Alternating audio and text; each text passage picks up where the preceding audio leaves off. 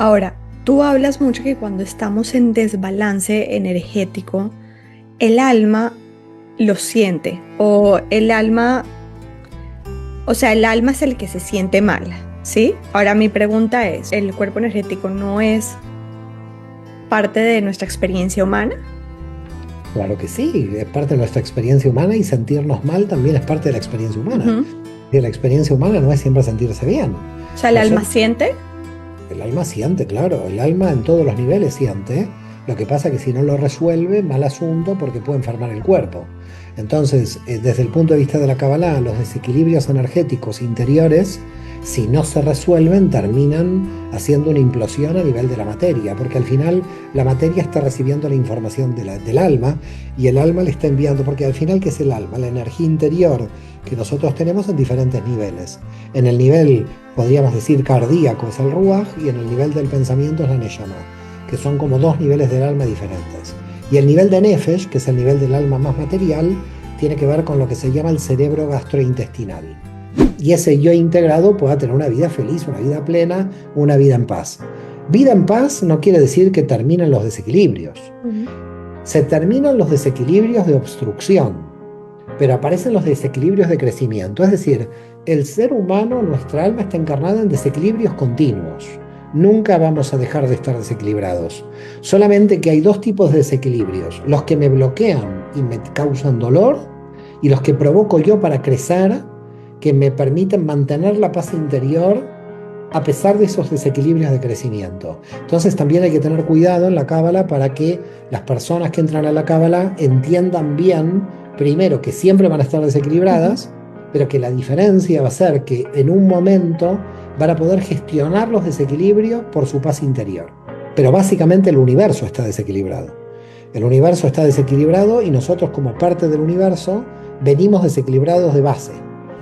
¿Qué dice la cábala de las medicinas ancestrales? Y cuando hablo de medicinas ancestrales estoy hablando de los hongos, la ayahuasca y todas estas medicinas que crean una ruptura de ego y te generan una conexión más profunda con esta energía.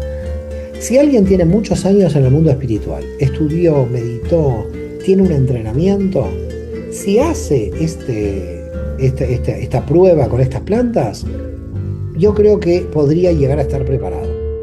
Pero no puedo generalizar en entrevistas públicas que alguien esté preparado porque alguien con 2 meses de lectura muy poca de Kabbalah o de cualquiera entra a esto y puede despersonalizarse. Hola Mario, ¿cómo estás? Qué placer, qué honor, qué dicha tenerte aquí con nosotros el día de hoy. Estaba esperando mucho este momento para tener una conversación súper expansiva, así que bienvenido a Demente.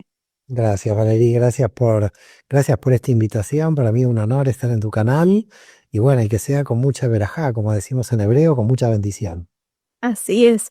Y para los que nos están escuchando, les voy a poner un poquito en contexto. Mario está en este momento en España. Ahora mismo son las 10 de la noche. Para él, para mí es un poco más temprano, así que pues no sabes el agradecimiento que tengo de estar tomando este tiempo tuyo personal para traer mucha luz a este canal y a esta comunidad. Y Gracias. Mario, mira, yo sé porque he escuchado muchas entrevistas en donde te han entrevistado que siempre hablan de tu perfil, pero a mí me gusta que mis invitados se presenten porque no hay nadie mejor que ellos mismos para presentarse y contarnos quiénes son y qué hacen y cómo están trayendo luz a este mundo en este momento. Entonces, ¿qué te parece si te doy la palabra? Muchas gracias, muchas gracias. Bueno, yo la verdad no sé si traigo luz a este mundo. Intento, por lo menos lo importante es la intención. Bueno, yo como dónde empiezo, ¿no? Porque mi historia se remonta a Judea en el siglo I, calculo, cuando empezó la diáspora judía por el Imperio Romano y mis antepasados terminaron en España, bueno, lo que era Castilla, Aragón, casi mi genealogía proviene de ahí. Hay una línea o dos que provienen de Italia, quiere decir que tengo algo de judíos italianos, porque la familia de mi madre es Cuneo, de apellido, de la ciudad de Cuneo, en el norte de Italia. Pero después podríamos decir que se sefardizaron porque los judíos italianos pasaron al Imperio Otomano. Entonces, mi origen, podríamos decir, cultural, proviene de Toledo, proviene de Girona. Tengo La familia Benveniste, que es una de mis bisabuelas, son descendientes de los tesoreros de los reyes de Aragón. Así que bueno, toda mi familia proviene de lo que era, hasta que los reyes católicos nos invitaron a salir, era, digamos, todos los reinos ibéricos, ¿no? Y en 1492 calculo que esta familia, muchas se fueron al Imperio Otomano, y de ahí nació mi padre. Mi padre nació en Esmirna, en Turquía, y de ahí fue a Buenos Aires, ahí conoció a mi madre y ahí nací. Así que nací en Buenos Aires, de padre de Esmirna y de una madre argentina, que a su vez sus cuatro abuelos eran de Esmirna. Misteriosamente, yo te diría que toda mi genealogía viene de la misma ciudad, porque fue una casualidad que mi padre de la misma ciudad haya contraído con mi madre, cuyos cuatro abuelos eran de la misma ciudad. Wow. Que lo que podríamos decir, mis ocho bisabuelos eran todos de la misma región, de la ciudad de Esmirna, aunque mi abuelo Maír, el padre de mi padre, nació en Manisa, que es una ciudad en el interior de Esmirna, que tenía una gran comunidad judía. Así que bueno, mi familia es una familia judía tradicional, nunca fue laica, siempre fue muy respetuosa de las tradiciones, pero tampoco fue muy ortodoxa. Es decir, como una típica familia sefaradí, era el punto medio. Yo viví un judaísmo muy equilibrado, nunca viví un judaísmo cerrado, ortodoxo, y tampoco viví bueno, la renuncia a las tradiciones, ¿no? Esto en general yo creo que viene más del mundo ashkenazí, donde en el mundo ashkenazí hubo gente más liberal, que abandonó las tradiciones, y gente más ortodoxa. En cambio, en el mundo sefaradí no se dio esta división, eran comerciantes que iban a la sinagoga como algo natural, no tenían la división entre laicos y ortodoxos. Esa división, el mundo sefaradí para mí la sufre de el mundo ashkenazí. Por lo tanto, te diría que mi familia fue una familia judía tradicional, donde se respetaron las costumbres. Yo nací en un típico barrio judío de Buenos Aires, que se llama Villa Crespo. En Buenos Aires hay muchos barrios de mayoría, digamos, judía, el Once, Flores, Palermo. Yo nací en Villa Crespo.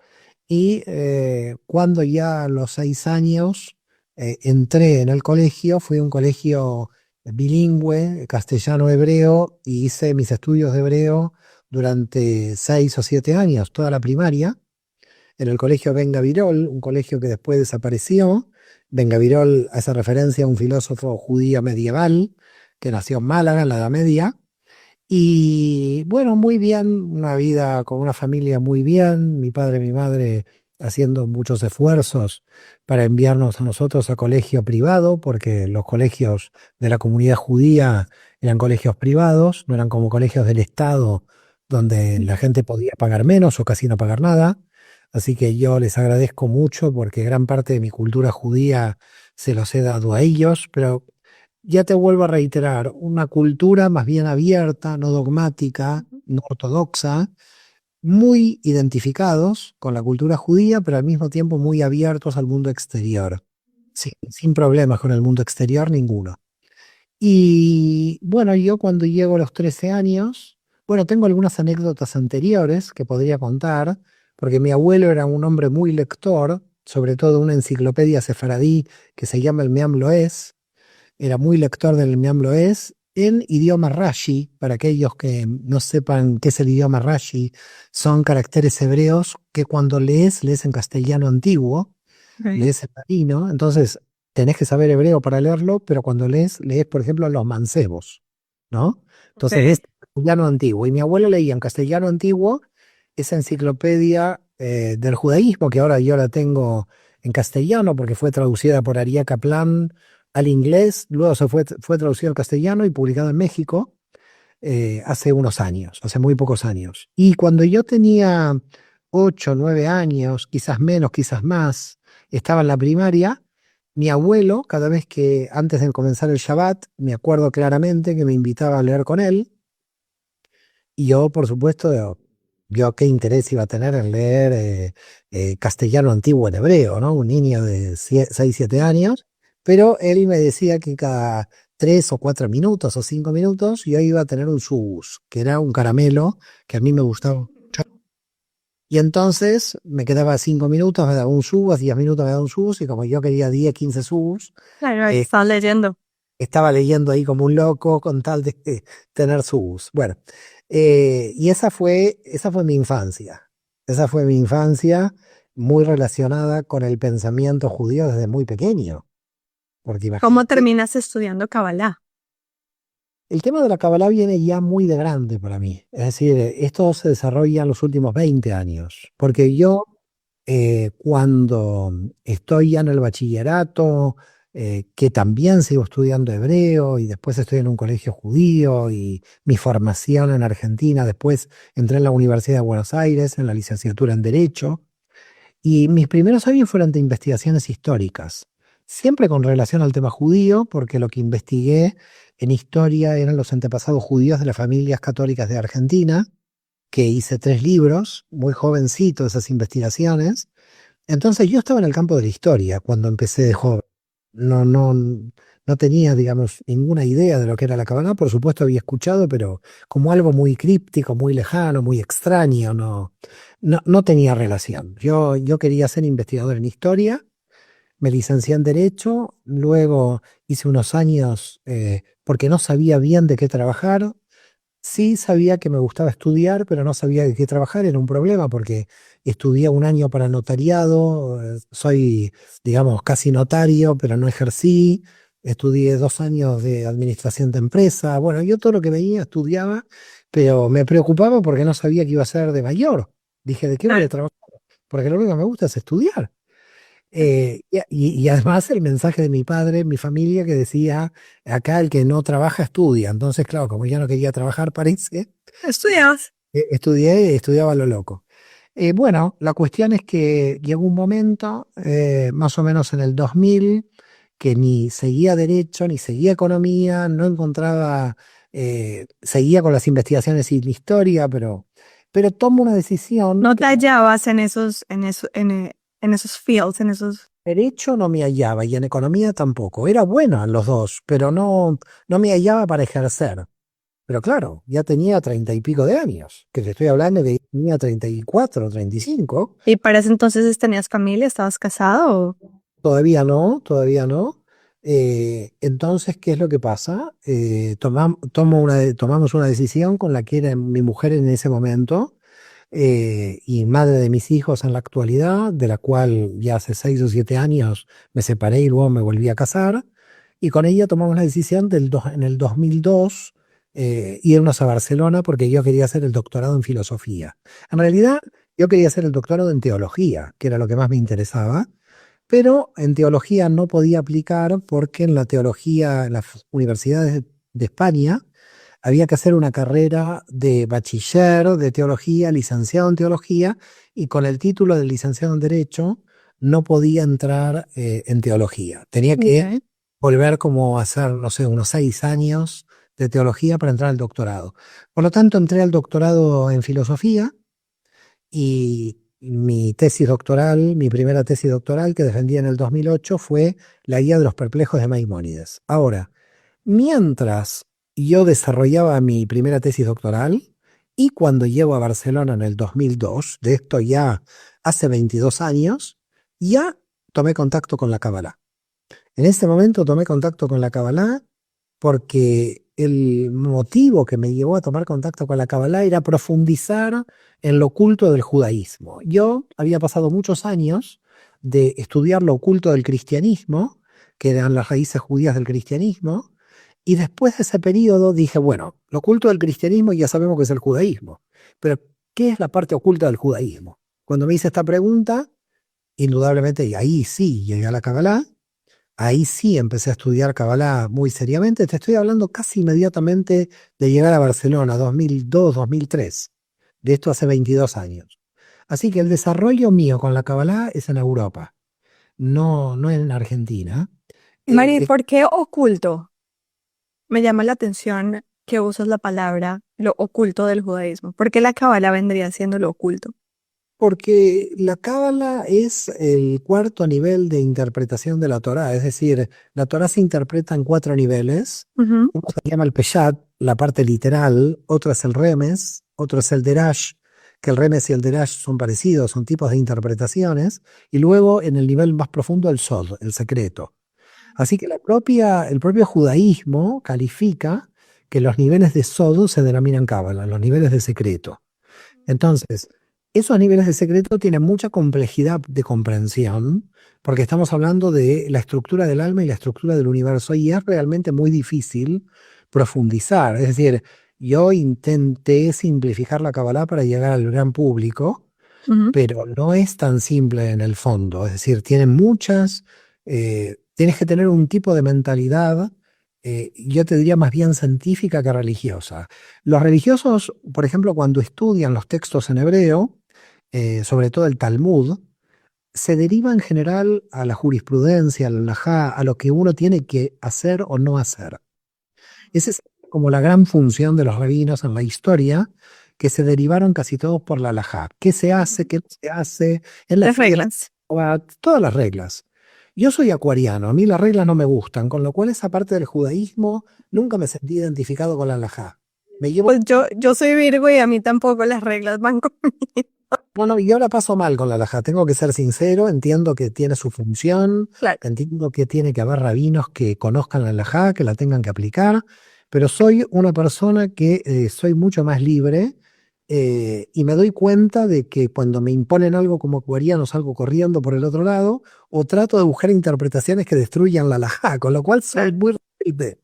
Entonces dije, bueno, cuando entré en la Kabbalah me di cuenta que mi rebeldía estaba totalmente satisfecha, tenía una felicidad increíble, porque en la Kabbalah tenés una libertad de interpretación que en la Halajá no la tenés. En la Halajá es una ley que se te impone.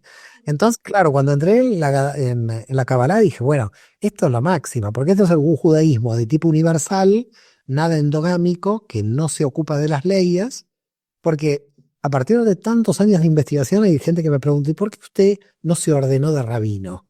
¿No? Está siempre esa pregunta. Es que no me ordené de rabino porque sería un rabino realmente absurdo, sería un antirrabino, porque te imaginas alguien que diga, ¿puedo en Shabbat hacer eso? Sí, usted pueda, porque soy pura misericordia. Jamás podría decirle que no a nadie. Entonces, claro, un rabino le tiene que decir, no, en Shabbat esto no se puede, ¿no? Entonces, claro, yo nunca me sentí identificado con decirle a la gente lo que tiene que hacer. Soy demasiado libre para eso. Mario, me estás llevando a una de las preguntas principales que tengo cuando estaba preparando esta entrevista y quiero decirte que usualmente no preparo las entrevistas, son conversaciones súper espontáneas, pero de verdad que tengo tantas preguntas que no quería que se me fueran a pasar, así que las escribí. Y es, me siento muy identificada con todo lo que tú estás diciendo porque yo vengo de una familia judía muy tradicional, igualmente no necesariamente religiosa, más sí tradicional, también fui a un colegio judío muy tradicional, no religioso.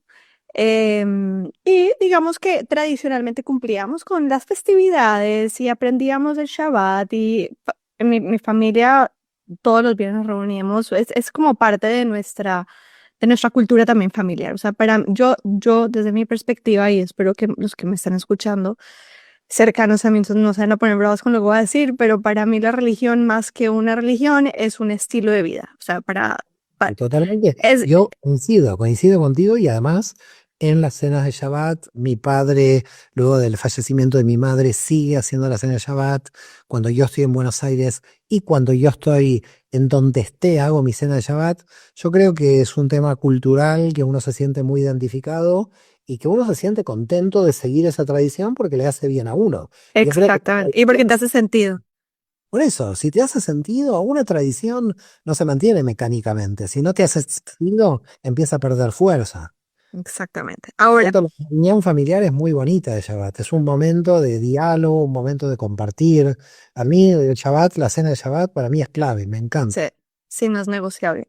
Y no la puedo negociar hoy en día con mis hijos, así que no es negociable.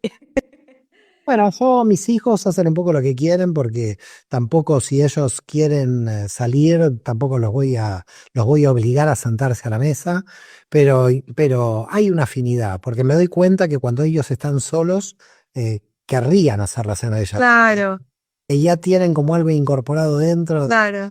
esa idea de familia, ¿no? No, es que los míos son chiquitos y es la oportunidad perfecta para ver a los primos. Entonces, si yo un día llego y digo no hay Shabbat, de verdad, el de 8 años me dice, pues al Shabbat en la casa invita a alguien. O sea, yo no tengo opción, me toca hacerlo.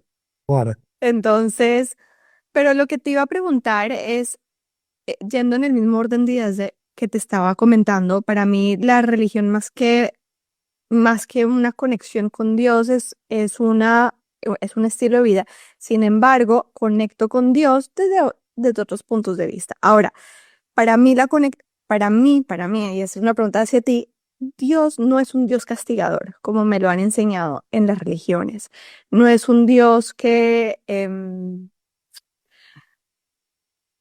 al que le tengo que dar sacrificios o sea, para honrarme y para honrarlo. O sea, para mí Dios es amor y yo conecto con Dios desde el amor y desde la apertura de la fe y de la conexión con Él. Pero me gustaría saber cuál es tu opinión y desde la Cábala, cómo describen este Dios. Bueno, a ver, la cábala es muy compleja porque está el dios de la Merkabah y el infinito y son dos poderes diferentes. Entonces, según las investigaciones de Moshe Idel, es decir, uno lo que dice la cábala, otro lo que yo digo. Aquí Ujú, hay dos respuestas diferentes. En la cábala hay investigadores como Moshe Idel que entienden que el judaísmo, si bien es monoteísta, es binitario moderado. ¿Qué quiere decir? Que el dios que aparece en el texto bíblico es la Merkabah, que es antropomórfico y que dicen los cabalistas está en Keter del universo de Briah, quiere decir que está en el espacio-tiempo. Por lo tanto, en el capítulo 1 de Ezequiel y en el capítulo 6 de Isaías aparece antropomórficamente ese Dios de la Merkabah, y luego el Ein Sof, que sería realmente el Dios infinito, que es el que produce el Tzimtzum, el que produce la creación. ujú, Más allá de que aquí tenemos un problema con categorizar a Dios como Dios, porque jamás el pueblo de Israel utilizó la palabra Dios. Los nombres que nosotros decimos de Dios en el texto de la Torá es Yud Hei Vav Hei o es Elohim, pero la palabra Dios viene de Zeus, viene del griego. Por lo tanto, yo creo que la gran confusión aquí es utilizar la palabra Dios. Nosotros utilizamos una palabra que viene del contexto griego, y nosotros tenemos al Dios de la Merkabah en el texto de la Torá y al infinito, que los cabalistas lo llamaron el Ein Sof. Más allá del tema del Dios de la Merkabah, que no quiero entrar porque es un tema teológico, si me preguntas, yo qué siento, yo siento una experiencia divina, pero yo entiendo que Dios es Dios más allá del amor y más allá del odio. Es decir, así como nos vendieron una imagen de un Dios castigador, tampoco yo creo en un Dios amoroso. Yo creo en un Dios que ni es amor ni es odio. Dios ok, es Dios. Porque si lo calificamos con algún tipo de verbo o atributo, lo estamos limitando. Entonces, en la infinitud de la matriz, si yo digo amor, si yo digo mal, todo lo que diga, ujú, yo me identifico más con la teología negativa, en el sentido de que todo lo que diga de Dios son siempre manifestaciones, nunca su esencia. Entonces, decir Dios es amor, puedo decir Dios es paz, Dios es, le puedo dar muchos atributos, pero le tendría que al infinito dar atributos infinitamente. Entonces, a mí no me gusta decir Dios es amor, para mí Dios es todo. Porque el día que te pasa algo, algo malo en la vida, ¿quién te lo envió? Se supone que también Dios. Es decir, lo malo que te puede pasar, no sé, un terremoto, ¿qué pasó? ¿Dios se olvidó de ti? Entonces, Dios es la fuente de todo, del bien y del mal. Pero Él ni es bueno ni es malo, es Dios en su infinitud.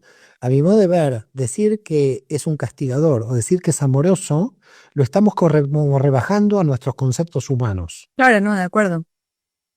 Entonces me parece que en su infinitud es mejor, podríamos decir que lo mejor para hablar de Dios es entrar en silencio, porque cualquier cosa que hablemos de Dios, al rebajarlo, nos terminamos alejando. Por lo tanto, todos los atributos que le podríamos dar son atributos al infinito. Y como es infinito, darles atributos al infinito es prácticamente no poder hablar de él desde la finitud. Por lo tanto, ¿cómo yo lo percibo? Y bueno, yo lo percibo en mi experiencia personal. Para mí Dios es experiencia, no una creencia.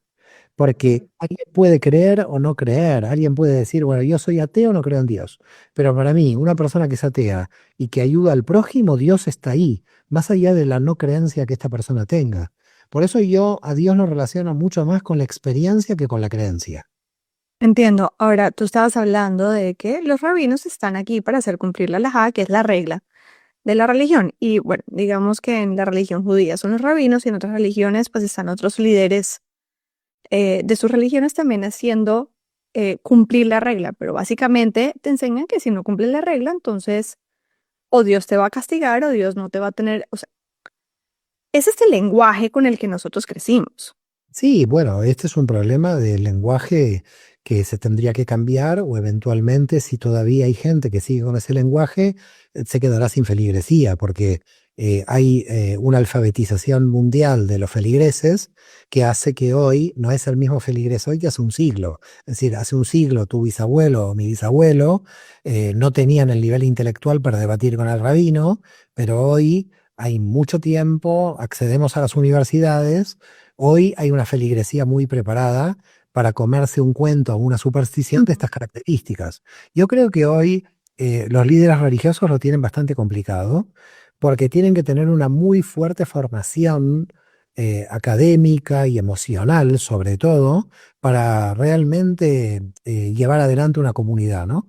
Me parece, yo muchas veces, por una parte, si bien critico mucho en mis entrevistas a los rabinos por este tema de la opresión dogmática, por otra parte también los admiro porque hay que soportar emocionalmente una comunidad. De acuerdo. O emocionalmente lo que hago de alguna manera es ser un poco sostén, como me sostiene a mí también la propia familia, pero una comunidad no me lo quiero imaginar. Es decir, debe ser un desgaste muy grande ser una persona que todos los días está recibiendo gente que se divorcia, que se casa, que con problemas, porque al final un rabino no solamente delimita la identidad de la comunidad, fíjate lo que tiene que hacer un rabino, delimitar la identidad de la comunidad a través de la halajá.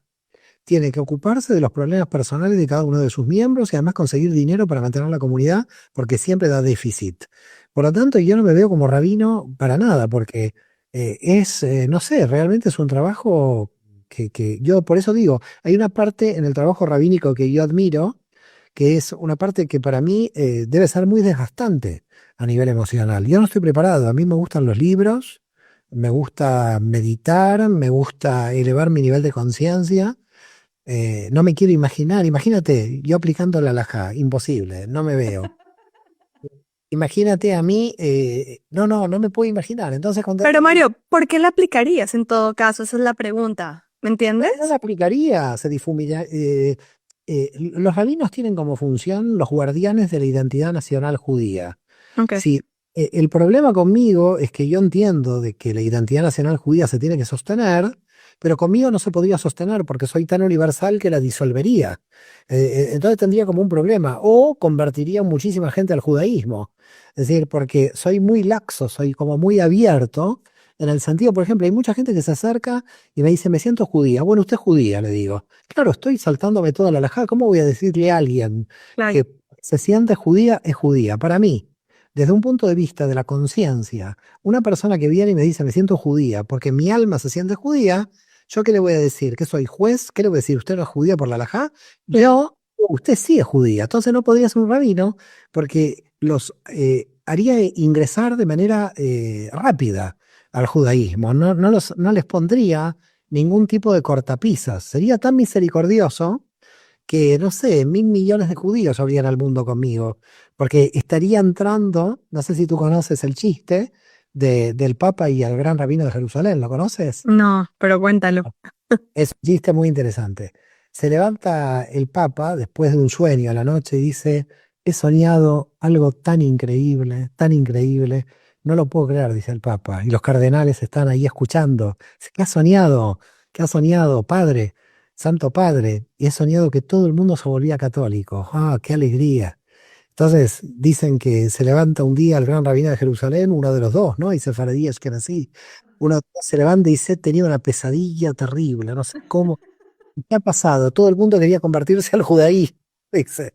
Entonces, claro, yo sería una pesadilla para el judaísmo, porque para mí, una persona que su alma se siente judía, yo automáticamente la haría ingresar al judaísmo, porque yo entiendo mucho más el libro de Ruth que cualquier término de la halajá. Es decir, cuando Ruth decide, tu pueblo es mi pueblo, mi Dios es mi Dios, esa es la declaración de la fe. Ruth no tuvo un tribunal rabínico para entrar al judaísmo. De acuerdo. Una presión espiritual por parte de Ruth.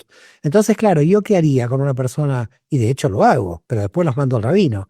Pero cuando alguien se me acerca y me dice, mi alma se siente judía, yo me acuerdo de Ruth y le digo, bueno, usted es judía. Ahora arréglese con la rabita. Claro, ahora resuelva el otro tema. Ahora resuelva el tema lágico, pero para mí, un alma que se siente judía, judía automáticamente. Y me llevas precisamente a mi segunda pregunta y es, ¿hay diferentes tipos de almas? O sea, hay un alma judía y un alma no judía. Y en ese mismo, Para mí no. Para mí todas las almas son iguales. Y yo sigo la idea de Arthur Green, que es bueno, ya tiene 84, 85 años, profesor de la Northwestern de la Universidad de Chicago, que él, un gran estudioso de la Cábala, con muchos libros de investigación de la Cábala, y él dice claramente, y yo sigo esto, él dice, cuando en los textos antiguos tenemos temas de discriminación, hay que reinterpretarlos a la luz de la modernidad. Entonces, hay textos antiguos que sí hablan de almas judías y almas no judías. Yo sigo la idea de Green en el sentido de que yo eso no lo puedo tomar en cuenta porque somos todos hijos de Dios y no puedo hacer diferencias de almas. me gusta mucho tu respuesta. Ahora, tú hablas mucho que cuando estamos en desbalance energético, el alma lo siente o sea, el alma es el que se siente mal, ¿sí? Ahora mi pregunta es, ¿el cuerpo energético no es parte de nuestra experiencia humana? Claro que sí, es parte de nuestra experiencia humana y sentirnos mal también es parte de la experiencia humana. Ujú. Y la experiencia humana no es siempre sentirse bien. O sea, ¿el alma siente? El alma siente, claro, el alma en todos los niveles siente. Lo que pasa es que si no lo resuelve, mal asunto porque puede enfermar el cuerpo. Entonces, desde el punto de vista de la Kabbalah, los desequilibrios energéticos interiores, si no se resuelven, terminan haciendo una implosión a nivel de la materia, porque al final la materia está recibiendo la información del alma y el alma le está enviando, porque al final, ¿qué es el alma? La energía interior que nosotros tenemos en diferentes niveles. En el nivel podríamos decir cardíaco es el ruaj y en el nivel del pensamiento es la neyama, que son como dos niveles del alma diferentes. Y el nivel de nefesh, que es el nivel del alma más material, tiene que ver con lo que se llama el cerebro gastrointestinal. Nosotros tenemos tres tipos de circuncisión. La circuncisión de la carne, que es el sistema gastrointestinal, porque es simbólico, las mujeres no tienen circuncisión, pero tienen sistema gastrointestinal. El sistema cardíaco, que es la circuncisión del corazón, y el sistema mental, que es la circuncisión de la lengua. Estas tres circuncisiones marcan tres niveles de almas diferentes. El nivel gastrointestinal es pienso con el estómago, ese sería el nivel instintivo, Más ¿no? físico.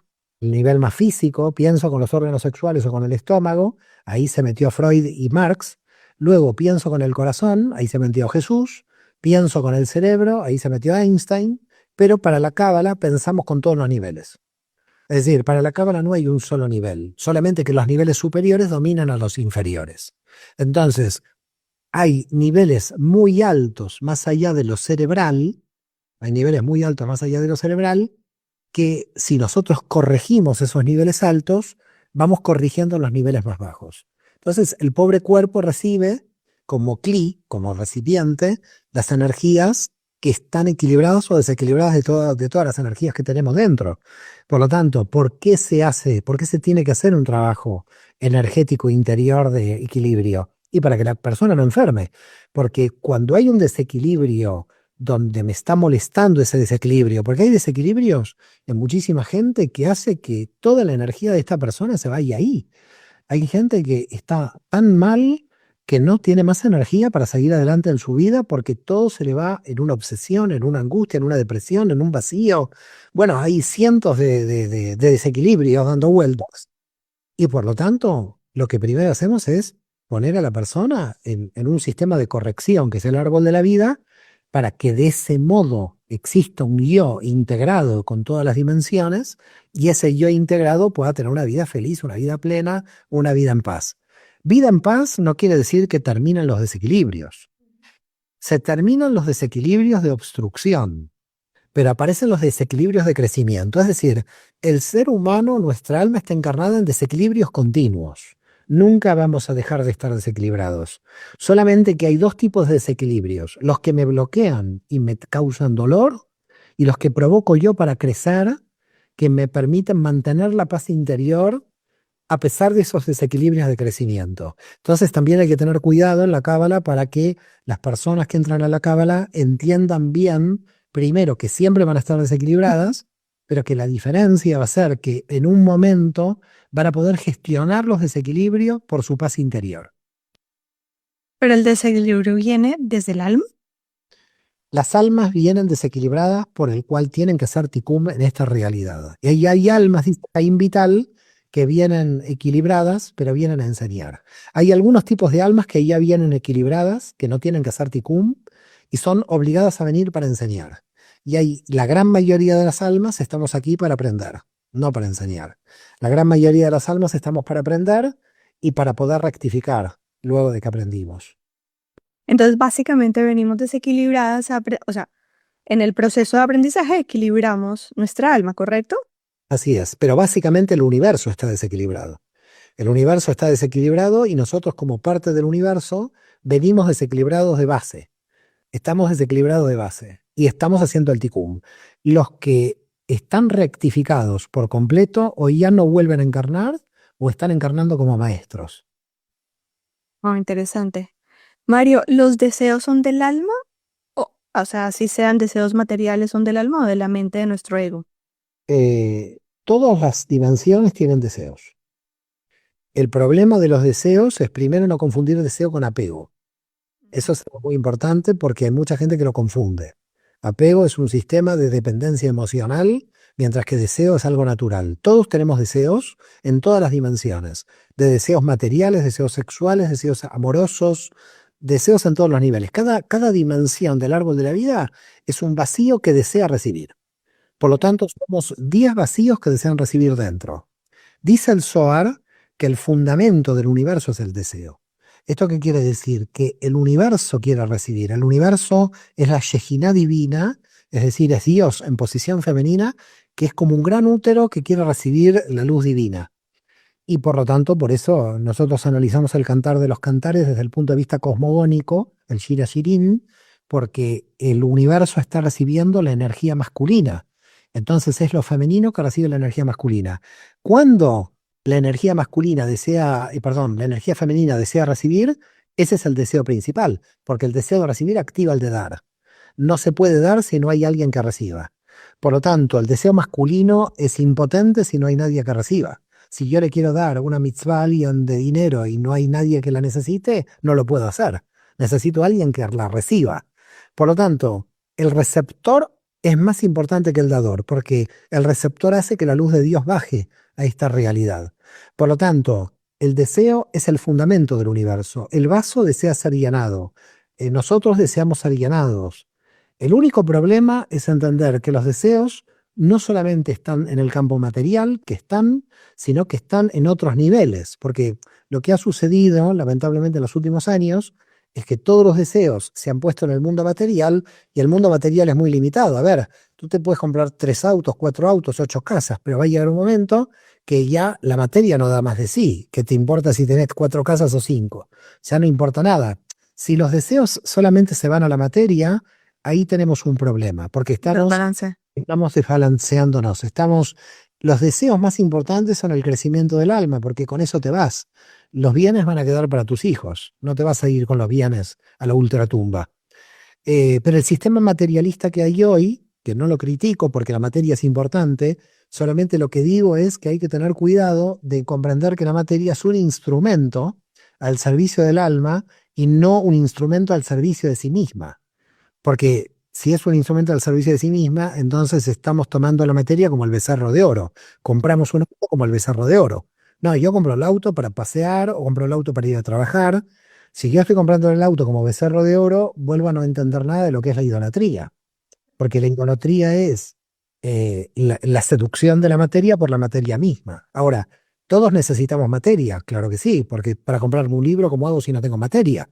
Así que desde la Cábala aceptamos absolutamente la materia. Solamente que decimos, cuidado, porque estos son herramientas que te están dando al servicio de a ver qué vas a hacer con estas herramientas. Que tienes que ser muy cuidadoso a la hora de lo que vas a hacer con la materia. Tienes una responsabilidad en si tus $1000 se van a ir a ayudar a un pobre o se van a ir a comprar un misil. Son dos cosas muy diferentes. De acuerdo. En ese mismo orden de ideas, cuando una persona muere, su alma sube, esa alma sigue teniendo sentimientos, o le puedo decir emociones, Eh, es- slash deseos. a ver, el alma, desde el punto de vista de la Kabbalah, se va con todas las experiencias materiales y con todas las experiencias emocionales, y la Neshama toma toda la experiencia que tuve en el cuerpo. Por ejemplo, no sé, me corté un dedo, entonces el alma recuerda que se cortó un dedo, pero no lo necesita porque ya no hay cuerpo. Claro. Pero la información se la lleva. Es decir, la Neshama se lleva la información del Nefesh y del Ruach, que son los niveles, podríamos decir, materiales de la identidad, pero se la lleva para entenderse a sí misma qué le falta rectificar, cuándo tiene que volver y si de hecho no tenga que volver, porque se supone que en la era mesiánica seremos transformados en energía. Para Luzzatto, en la era mesiánica, nosotros esa idea de resurrección no es una resurrección corporal, sino que para los cabalistas es mucho más energética que corporal. Sería como una transformación de energía más que de materia. Mario, ¿cuál es la diferencia entre el alma y el higher self, el yo superior? ¿O es lo mismo? A ver, en la Kabbalah, el yo se define en todos los niveles. Es decir, decir yo superior, ¿dónde lo puedo poner? Eventualmente, a ver, en la Kabbalah el concepto de yo superior no existe. La Ok. Kabbalah lo que existe es el concepto de Neshama, que sería lo que podríamos denominar como el yo superior, porque es la identidad más alta, pero no es mi identidad Mario Sadán en el sistema espaciotemporal. Entiendo. La identidad de la Neshama es una identidad que tiene esa identidad y que va tomando envases. Entonces, ahora el envase Mario Sabán, dentro de 100 años toma otro envase. Pero la Neshama sabe quién fue en todas sus vidas, pero sabe quién es más allá de todas sus vidas, más allá de la identidad espaciotemporal. Recuerda que fue tal persona en tal lugar, que fue Mario Sabán en esta vida, o que será otro en otro momento. Pero la Neshama es como que va saltando en diferentes envases y en el fondo sabe quién es en esencia. Si a eso lo quieres llamar yo superior, yo creo Ahora, que lo llamas cu- yo superior, le llamás. cuando tú hablas de Neshama para mí es alma. O bueno, esa es la traducción.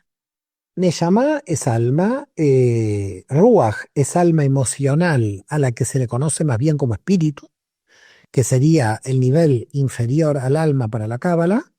Y en el nivel inferior del Ruach está el Nefesh, que sería la vivificación corporal. Es decir, cuando el alma está en el cuerpo y lo mueve. Porque el cuerpo inanimado, en hebreo lo llamamos Guf y no Nefesh. Es decir, hay dos conceptos en hebreo para denominar el cuerpo. Cuando uno está vivo, ¿no?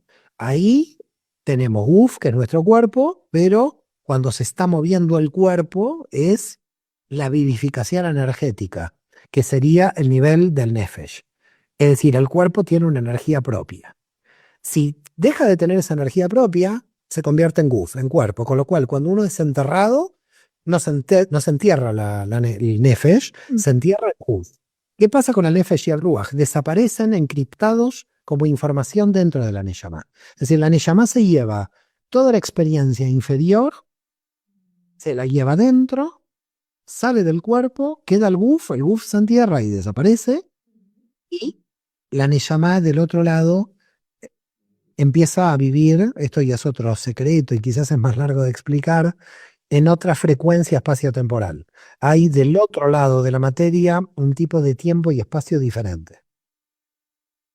Ahora, como yo me lo imagino, desde mi mente limitada, por supuesto, y en los dibujitos animados que hago en mi cabeza, como para tratar de conceptualizar esto tan abstracto que es muy difícil de entender, yo me imagino como que tenemos, o sea, nuestro cuerpo tiene, o sea, tiene vida a través de nuestra alma, que no sé por qué me imagino que está como por aquí, alrededor del corazón, entra adentro y afuera, esa es mi imaginación en muñequitos, pero después me imagino que tenemos este higher self, que es parte de nuestra alma, pero está en un nivel más elevado, no teniendo la experiencia literal en esta dimensión, sino en otras dimensiones, otros planetas, no sé dónde, de donde nos está mandando señales y guía e información, que cuando queremos conectarnos con esa información, Sí. Tenemos acceso, pero hay Bueno, que querer conectarlo.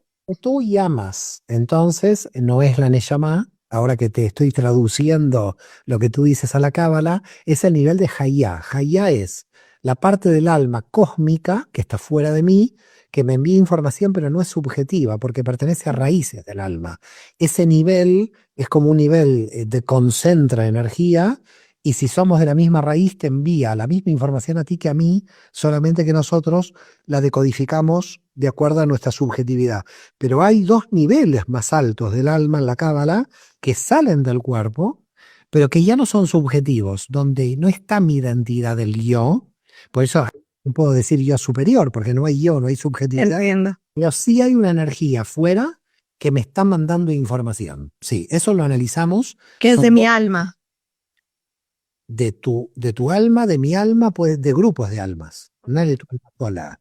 No Entiendo. es de tu alma sola, es un sistema de información que va enviando información a un grupo de almas. Y son 12 sistemas de información de acuerdo a cómo está repartida la energía en el universo, que se llama la permutación del tetragrama. El sagrado nombre de Dios, Yud Hei Bab Hei, en 12 permutaciones marcan, esto ya es muy complejo, pero bueno, ya para una entrevista no es porque la gente se puede... Sí, sí, Pero no de acuerdo, pero hay 12 centrales, para llamar de alguna manera, de energía, y además esas 12 del universo están recibiendo información del infinito de la matriz. Entonces, está la matriz que se llama el Atzmut de la Ein Sof, la esencia de Dios, enviando información a las 12, y las 12 envían información a todas las almas, y las almas decodifican la información de estas 12 bases de datos diferentes.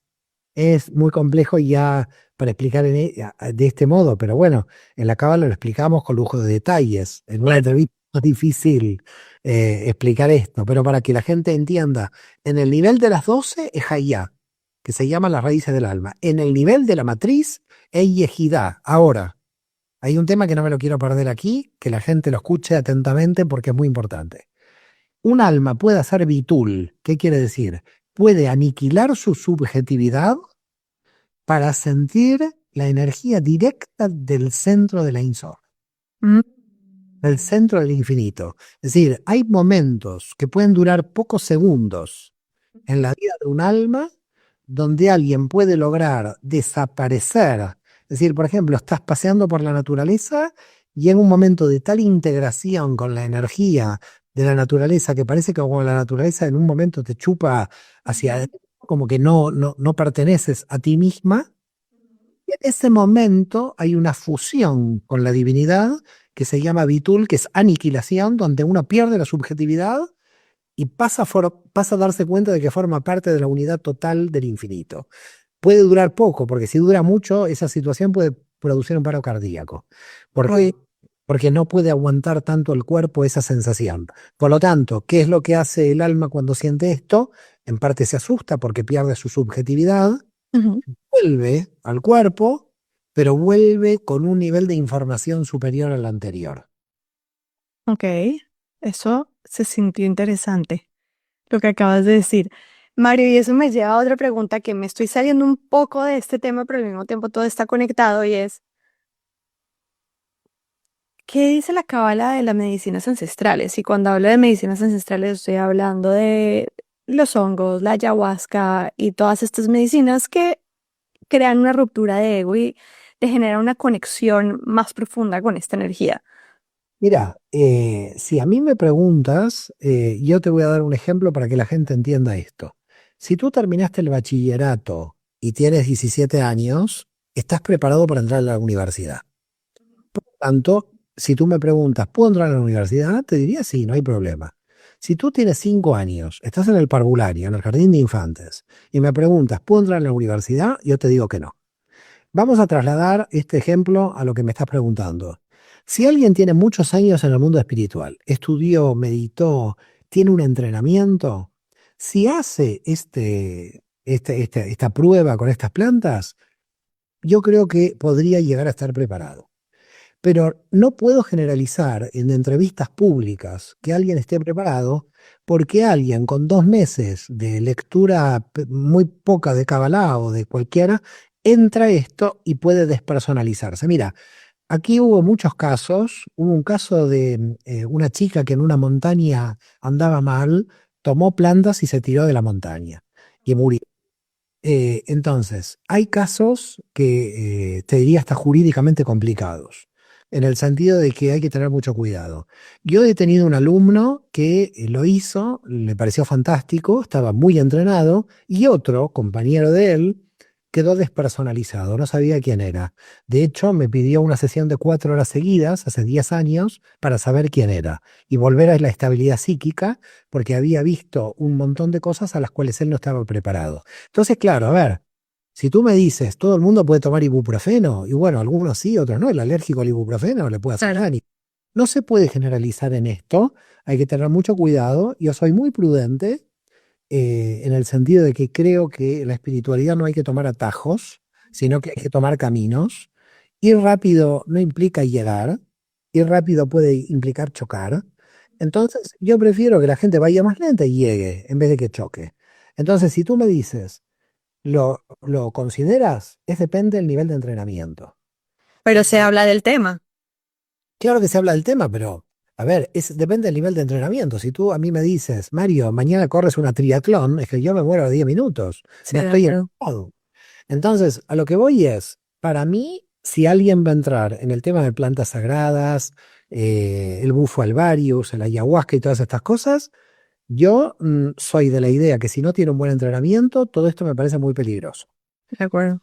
Si la persona considera que tiene mucho entrenamiento, no sé, un alumno mío, que sé el nivel que tiene, que medita, que sabe, que tiene una estabilidad psíquica, porque estas plantas abren un flujo de información y de experiencia, donde en algunos casos, si no estás preparado, pueden romper la estabilidad psíquica.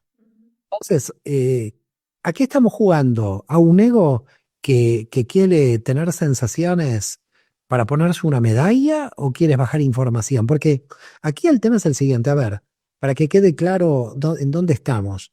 Por un sueño baja información. Claro. Si yo tengo sueños bajo información, ¿cuál es la necesidad mía de ir a tomar el bufo varios? Ninguna. Es decir, ninguna necesidad. ¿Por qué? Porque ya me está bajando información. Entonces, a mí me parece que hay un ego desequilibrado detrás de esta gente porque socialmente queda bien, bueno, yo he tomado, yo he tenido la experiencia. Me parece más un tema de un desequilibrio, como decimos en la Kabbalah de Yesod, de un ego desequilibrado que se quiere mostrar socialmente como algo bien muy guay, como decimos ya en Europa, y que me parece que hay que tener cuidado porque, te vuelvo a repetir, yo prefiero los caminos y no los atajos. Entiendo. Y en ese mismo orden de ideas, em, ¿qué dices tú de mm, despertar el tercer ojo o activar la glándula pineal? Lo que pasa es que cuando nosotros trabajamos en Hojma lo hacemos automáticamente, es decir, cuando nosotros trabajamos el campo intuitivo, estamos activando la glándula pineal, de modo que para nosotros es algo normal dentro de la Kabbalah. Lo que pasa es que hay que saber cómo se entrena. Hay que saber qué hay que hacer para entrenar, que es lo que nosotros estudiamos dentro de los cursos. Sí, Ok. al final todo el estudio de la Kabbalah es una preparación para prepararse y seguir preparando. Es decir, no es un resultado. Estamos entrenando en todo momento. Alguien me dice, ¿usted entrena para jugar un partido de fútbol? No, entreno porque me gusta. En la Kabbalah es así. La vida es un entrenamiento constante que me entreno y me entreno y me entreno. Cuando hay situaciones complicadas, como tengo entrenamiento, las puedo llevar adelante. Si no tengo entrenamiento, me parece una situación complicada en mi vida y no sé ¿Te para dónde paralizas? me paralizo o me voy para atrás o me asusto de la situación. Lo que plantea la Cábala es algo muy realista. Te entrena a nivel espiritual para muchísima cantidad de posibilidades, te hace comprender la realidad y aceptar las leyes cosmogónicas con las que funciona el universo y el alma humana, y a partir de aquí empiezas a tener muchos beneficios. Por ejemplo, uno, las personas que durante 3 o 4 años estudian y experimentan la Kabbalah, se les termina el miedo a la muerte. Si alguien en la Cábala entra con el miedo a la muerte, a los 4 años sale sin el miedo a la muerte. A no ser que, bueno, ya sea un problema psicológico muy profundo.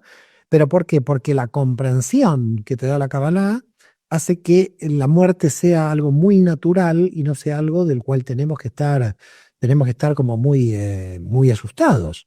Entonces, ¿qué va pasando? Vas teniendo cada vez menos miedos vas liberando zonas de la realidad, de tu percepción de realidad que creías que no existían, y vas entrenando en tus niveles intuitivos al punto de que se producen, digamos, baja de información a través de mediunidades. Por eso te digo, entrenamiento, yo creo que la cámara naturalmente opera la glándula pineal, en lo que nosotros llamamos la dimensión de Jochma. Pero desde el estudio, ¿correcto? En la Cábala hay tres formas de meditación. La meditación por contemplación, la meditación por el estudio y la meditación por la acción. Okay. Quiere decir que cuando hablamos de meditación no hablamos solo de contemplación, sino que cuando estamos estudiando también meditamos y cuando estamos haciendo una acción ética también meditamos. Con lo cual, la meditación en la Cábala es muy abarcativa prácticamente de todo. Es decir, cuando estás en conciencia mientras estás comiendo, estás meditando. Cuando estás en el súper y estás en conciencia, estás meditando. Es decir, en definitiva, la meditación es como un estado natural permanente que no lo tienes que provocar, porque si tienes conciencia, estás en meditación. Y desde la meditación, ya sea en esas tres áreas, es la forma de activar esa glándula pineal o abrir, conectar Sí, con eso. pero llega un momento que se te queda encendida todo el día. Claro. Te lo Luego, pregunto a porque, un nivel superior, ya está encendida todo el tiempo. Ya no la necesitas activar. entiendo. Te lo pregunto porque hoy en día hay muchas prácticas, pues hoy en día hay mucha apertura de información y muchas personas tratando de expandir, conectar y, sabes, ya sea desde las plantas o diferentes otras prácticas, que de hecho ahora te voy a preguntar sobre el Kundalini, que es otra práctica que hoy en día se escucha mucho, y es prácticas de, por ejemplo, breathwork para activar la glándula pineal, de manipular energía para abrir la glándula pineal, no necesariamente es a través de un proceso. em, en el tiempo que va acumulando tanto crecimiento como información que te va dando una sabiduría para ir también expandiendo, no necesariamente, o sea, puede ser un tema así. Entonces, por eso te lo pregunto, o sea, la práctica desde la cábala es más desde la meditación, que es un proceso que toma su tiempo. A ver, también hay que tomar en cuenta algo que no lo tenemos que perder de vista, y es la naturaleza de cada alma, porque hay almas que naturalmente meditan en situaciones diferentes. Por ejemplo, hay almas que cuando están haciendo deporte entran en estado de meditación. Hay almas que, como la mía, con música clásica, entran en estado de meditación. Hay almas que visualizando los nombres de Dios entran en estado de meditación. Hay almas que nunca entran en estado de meditación, pero cuando sueñan les baja información como en un estado de meditación. Por lo tanto, yo creo que más que tratar de buscar métodos, creo que cada una de las almas tiene que tratar de buscar cuál es el camino donde resuene más su meditación, porque hay gente que la pones a hacer yoga y está pensando en la compra del supermercado. Entonces, esa persona no tiene que meditar con este modo. Los cabalistas siempre entendieron que la meditación depende de la naturaleza de cada alma. No se le puede a alguien ponerle música clásica si no medita, sino en el gimnasio. Y no puedes enviar a alguien al gimnasio que medita con las letras hebreas. Hay formas de meditación diferentes de acuerdo a la naturaleza de cada alma, y creo que cada alma se tiene que respetar porque al final se va a conectar por ahí. ¿Y cuál es el problema si se Sí, de conecta? acuerdo. Por eso digo, hay almas que ya se conectaron, pero van y quieren probar el ayahuasca. La pregunta es, ¿para qué pruebas el ayahuasca si ya estás conectado por otro lado? Es decir, lo que veo como relativo con respecto a los atajos de los que hablábamos antes es que si tu alma ya se conecta ahí, ¿cuál es la necesidad de buscar otra conexión? Si por esa conexión baja la información. Por eso creo que a veces hay muchos desequilibrios egoicos con el tema de las plantas sagradas, tratando de ponerse una medalla, demostrar socialmente qué tipo de técnicas has utilizado, porque quedas bien socialmente mostrando de que estás haciendo una gran novedad. Y me parece que todo eso es un autoengaño terrible, porque en el fondo no estás cumpliendo el objetivo, que es la bajada de información. No, de acuerdo. Coincido contigo que puede ser por ese lado y también por un tema también de mucha desinformación y personas que quieren tratar de llegar a lugares y a respuestas rápidas porque no tienen la forma de hacerlo, o sea, o el camino, o las herramientas, o la guía. La comida rápida puedes ir a McDonald's. No, no, claro, si es algo rápido. Lo que pasa es que yo estoy en contra de la McDonaldización de la espiritualidad, No, de acuerdo. en el sentido que me parece que lo que se gana rápido se pierde rápido.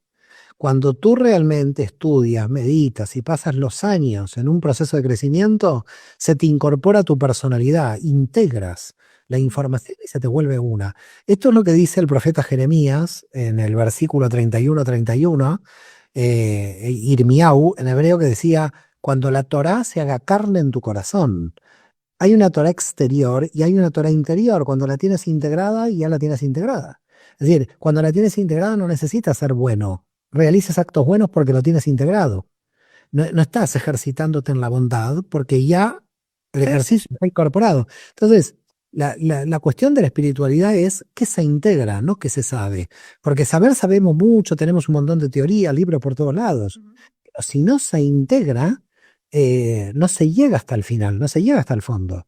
Sí. El cambio real de percepción de la realidad es por la integración de la información, no por la cantidad de información. Mira, tengo una anécdota que hace muchos años, la había escrita en alguna parte, de un cabalista de Uruguay que hacía estudiar, bueno, estaban estudiando con un grupo de gente ahí en Montevideo el Zohar. Estoy hablando de cerca del 50 o 60, ya del siglo pasado, hace más de 70 años o 60. Y se quedaron en una página un día, 2 días, 3 días, ya hacía 2 meses que estaban en una página. Y entonces los alumnos ya nerviosos le dicen, ¿cuánto vamos a pasar de página? Y él le dijo, en esta página está todo. Es decir, fíjate lo nuestro, ¿no? Lo nuestro es como la cantidad. ¿Cuántos libros has leído? 200. ¿Cuántos has integrado? Una página. Y bueno, ¿cuántos libros has leído? 4. ¿Los has integrado los 4? Entonces, si integraste 4 de 4 leídos, es mucho más que 200 que integras una página. De Nosotros acuerdo. estamos mentalmente en el orden de la cantidad siempre. Es decir, para nosotros, mientras mayor cantidad, mucho mejor, cuando no podemos comprender que la calidad es la integración. A veces lo poco es bueno. Es decir, eso poco lo estás disfrutando. Mira, yo muchas veces digo, en la biblioteca de Spinoza había 50 y pico de libros, no llegaban a 60. Hoy tenemos libros y yo tengo una biblioteca gigantesca y no sé si logro pensar lo que pensaba Spinoza, pero Spinoza de esos 60 libros que tenía en la biblioteca, llegaba a unos niveles de profundidad que eran mucho más profundos que la cantidad de libros que tenemos porque los pasamos por arriba, de manera superficial. Por lo tanto, si no profundizamos, nos vamos a quedar sin integrar. Es decir, nuestro destino tiene que ser profundizar, no quedarnos a la superficie. Claro, si no se queda en la mente y al final no lo integras Lo que al pasa es que, aprendizaje. y sí, pero los sistemas de autoengaño mental son fantásticos. La mente, cuando te actúa al revés, porque la mente, lo que se llama la BINA, actúa de manera utilitaria, con lo cual la respuesta de la mente no es buscar la verdad, es buscar la seguridad, Claro, con lo cual rompe la verdad con tal de tener seguridad. claro. La mente Mario, sí. ¿qué dice la cábala del Kundalini? Bueno, a ver, en la Kabbalah lo más importante es entender en dónde está atada la relación íntima, ¿no? Por dónde se ata la relación íntima.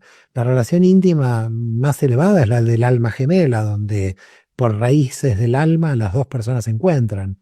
Entonces ahí se eleva mucho la energía. Pero bueno, cuando una persona se encuentra con otra y tiene una actividad sexual por pago, eso se queda en la materia. Hay que ver esa relación, qué intercambio de energías tienen y qué cabana, qué intención tiene. Es decir, en cada dimensión esa relación íntima puede ser muy elevada o puede quedar en una dimensión muy material. Pero si hablamos del Kundalini como esta fuerza creadora o energía creadora tuya propia, no necesariamente a nivel de relación, Entonces estamos hablando de Dat, que que es, nos atraviesa. eso es Dat en la Cábala. Yo no lo llamaría Kundalini. Tú porque quieres ir, Conozco los nombres de la cábala. claro, no, porque, pero tengo yo miedo porque yo no conozco otras tradiciones y tengo miedo de De forzar. aprender. No, tengo mucho miedo de forzar a aquellas personas que saben realmente de lo que es la Kundalini. Yo no lo sé porque yo estoy en Clara. En Cábala yo lo que sé es que el Tat, que es la energía integradora de todo el sistema, si hablamos de eso, que es la conciencia de todo el sistema, eso se eleva hacia arriba, pero saca información para bajarla. Es un sistema que tiene que ver, entonces, desde el punto de vista de la Kabbalah, indudablemente parece que es el Tat, pero habría que saber bien cuál es la definición de Kundalini para yo poder ver siempre entre culturas, hacer equivalencias es muy peligroso. Sí, entiendo. En cada cultura los términos se utilizan de modo diferente. Por eso cuando alguien me trae de una cultura como la India términos que yo no conozco, tengo miedo de trabajar las equivalencias, porque no sé si De realmente acuerdo. se conecta. De acuerdo. Ahora, yo tampoco soy experta en Kundalini, pero digamos descriptivamente, si hablamos de esta energía, que en teoría está em, en el primer centro energético y que al activarla atraviesa todos nuestros centros energéticos hasta el centro energético superior, activando una cantidad de, obviamente, de información, tercer ojo y Es verdad. Sí, si lo quieres, por como tú me lo estás describiendo. describiendo, estaríamos hablando de that, que es la energía que hace conexión con arriba, con lo de abajo, con todos los órganos, porque es la energía de interconexión. Lo que más se acerca es lo que nosotros llamamos that, que es el conocimiento barra conciencia con S, que es un sistema de integración representada por las 22 letras hebreas que hacen de interconexión de todo, pero no solamente de mi mundo subjetivo, sino que a través de Keter, que es un vacío en el nivel superior, me conecta con los mundos superiores. Así que indudablemente, por cómo me lo defines, parece ser que estamos en la equivalencia con Dat. Y se habla de alguna práctica para activarla, conectar con ella. En todo momento estamos trabajando Dat. Ok. Porque cuando estamos analizando las 22 letras hebreas, que son los canales, analizamos los 44 senderos, que son los canales ida y vuelta en cada uno de los 22, y tomando conciencia de esos 44 energías, estamos activando el movimiento general del sistema. Interesante. Bueno, Mario, no sabes qué tan agradecida estoy de haberte tenido aquí, de haberme respondido todas mis preguntas. Creo que pudimos atravesarlas todas, así que estoy inmensamente agradecida Y un saludo a tu familia y lo que necesites, cuentas conmigo. Un shalom muy grande a todos los que nos escuchan y gracias por la invitación. gracias, Mario. Para los que nos están escuchando, voy a dejar toda la información de Mario en el pie de página para quienes quieran profundizar y existen 10.000 entrevistas, lectures o, ¿cómo se dice? Sí, conferencias, adiós. Exacto, donde pueden profundizar en muchísimos temas, porque la verdad es que es eterno y es fascinante y muy expansivo. Así que, Mario, mil gracias. Gracias, Valeria, a ti. Un shalom muy grande, gracias. Y este episodio ha llegado a su fin, pero me alegra muchísimo que te haya gustado porque si llegaste hasta aquí es porque el mensaje de alguna forma te resonó. Compártelo si crees que puede ser relevante para otros y sígueme tanto en @valederi como en @dementepodcast para que estés al tanto de otros episodios que aportan a tu expansión y mensajes que pueden recordarte lo mágicos que somos. Te quiero mucho.